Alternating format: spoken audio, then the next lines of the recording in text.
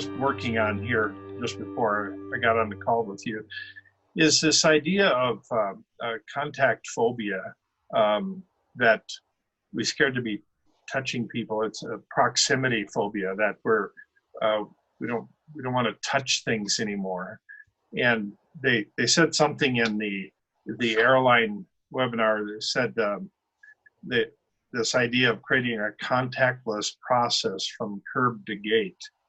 And I thought that was such an interesting phrase. And how do you go through an airport? Yeah. With going through security and everything, and climbing on trains and all that without touching anybody else? That's Yeah.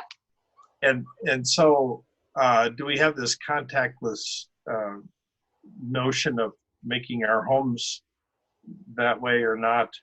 I'll tell you a story about in 2015. I gave a talk in Antalya, Turkey.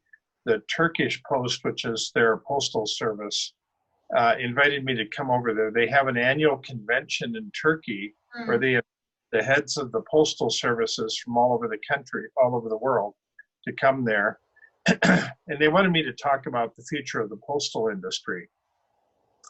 And so I focused my talk around this one central question of how long will it be before we can mail a package. I use this example, mail a package in Istanbul and have it go to San Francisco without ever touching any human hands. Yeah.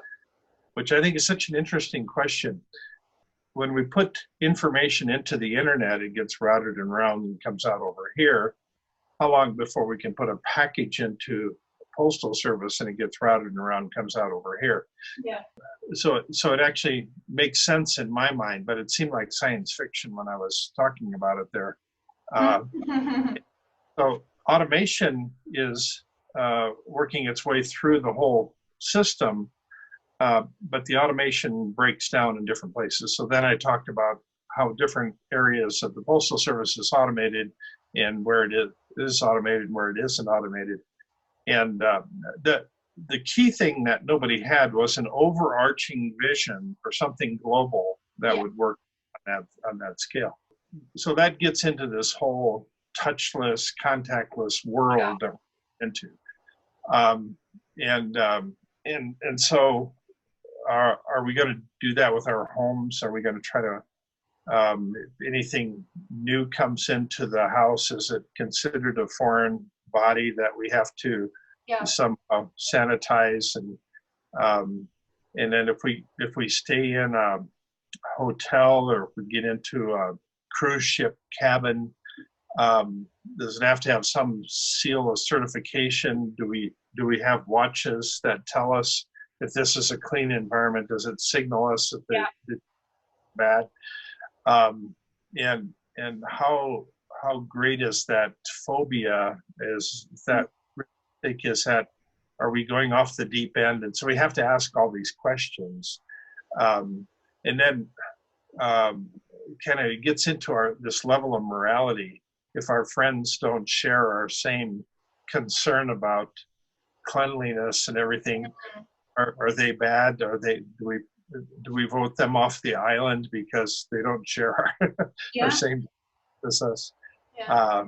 And so it raises lots of questions, and I spend a lot more time on the questions probably than I do the answers, but because all of these things kind of work their way out over time.